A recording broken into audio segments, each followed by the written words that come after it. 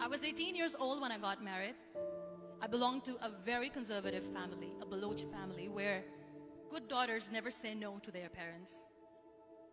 My father wanted me to get married, and all I said was, if that makes you happy, I'll say yes. And of course, it was never a happy marriage. Just about after 2 years of getting married, about 9 years ago, I met a car accident. Somehow my husband fell asleep and the car fell in the ditch. He managed to jump out, saved himself. I'm happy for him. But I stayed inside the car and I sustained a lot of injuries. The list is a bit long. Radius ulna of my right arm were fractured. The wrist was fractured. Shoulder bone and collarbone were fractured. My whole rib cage got fractured. But that injury that changed me and my life completely as a person and my perception towards living my life was the spine injury. Many people came to rescue. They gave me CPR. They dragged me out of the car. And while they were dragging me out, I got the complete transection of my spinal cord. Those 2.5 months in the hospital were dreadful. I was at the verge of despair. One day, doctor came to me and he said, well, I heard that you wanted to be an artist, but you ended up being a housewife. I have a bad news for you. You won't be able to paint again. Next day, doctor came to me and said, your spine injury is so bad, you won't be able to walk again. I took a deep breath and I said, it's all right. The very next day, doctor came to me and said, because of your spine injury and the fixation that you have in your back, you won't be able to give birth to a child again. That day, I was devastated. I started to question my existence. Why am I even alive? So what kept me going was, one day I asked my brothers, I know I have a deformed hand, but I'm tired of looking at these white walls in the hospital and wearing these white scrubs. Bring me some colors, bring me some small canvas. I want to paint. So the very first painting I made was on my deathbed. What an amazing therapy it was. Without uttering a single word, I could paint my heart out.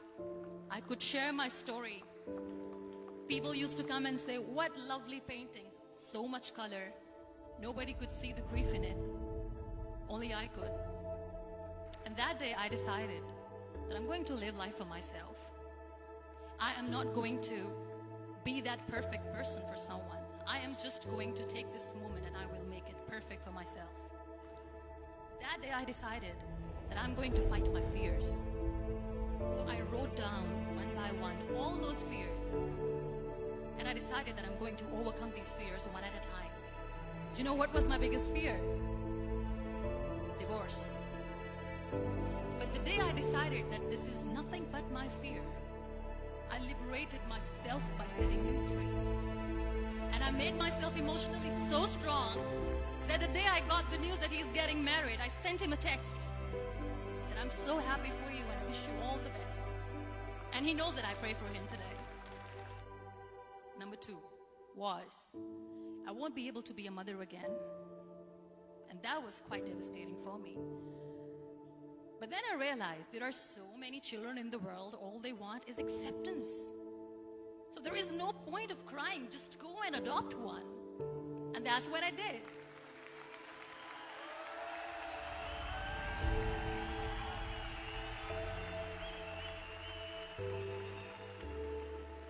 I gave my name in different organizations, different orphanages, and I waited patiently. 2 years later, I got this call from a very small city in Pakistan. I got a call and they said, are you Muniba Mazari? There is a baby boy and would you like to adopt? And when I say yes, I could literally feel the labor pain. I said, yes, I am going to adopt him.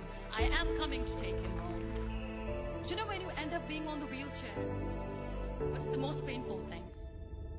People think that they will not be accepted by the people because we, in the world of perfect people, are imperfects. I started to appear more in public. I started to paint. I have done a lot of modeling campaigns. I decided that I'm going to join the national TV of Pakistan as an anchor person. I became the National Goodwill Ambassador for UN Women Pakistan, and now I speak for the rights of women, children. I was featured in BBC 100 Women for 2015. I'm one of the Forbes 30 under 30 for 2016. So when you accept yourself the way you are, the world recognizes you. It all starts from within. We have this amazing fantasy of this is how things should work. This is my plan. It should go as per my plan. If that doesn't happen, we give up. I never wanted to be on the wheelchair. I never thought of being on the wheelchair. This life is a test and a trial, and tests are trials are never supposed to be easy. So when you are expecting ease from life, and life gives you lemons, then you make the lemonade, and then do not blame life for that. It is okay to be scared. It is okay to cry. Everything is okay, but giving up should not be an option.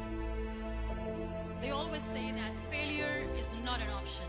Failure should be an option, because when you fail, you get up, and then you fail, and then you get up, and that keeps you going. Embrace each and every breath that you are taking. Celebrate your life. Live it. Don't die before you're dead. Real happiness lies. Gratitude. So be grateful, be alive, and live every moment.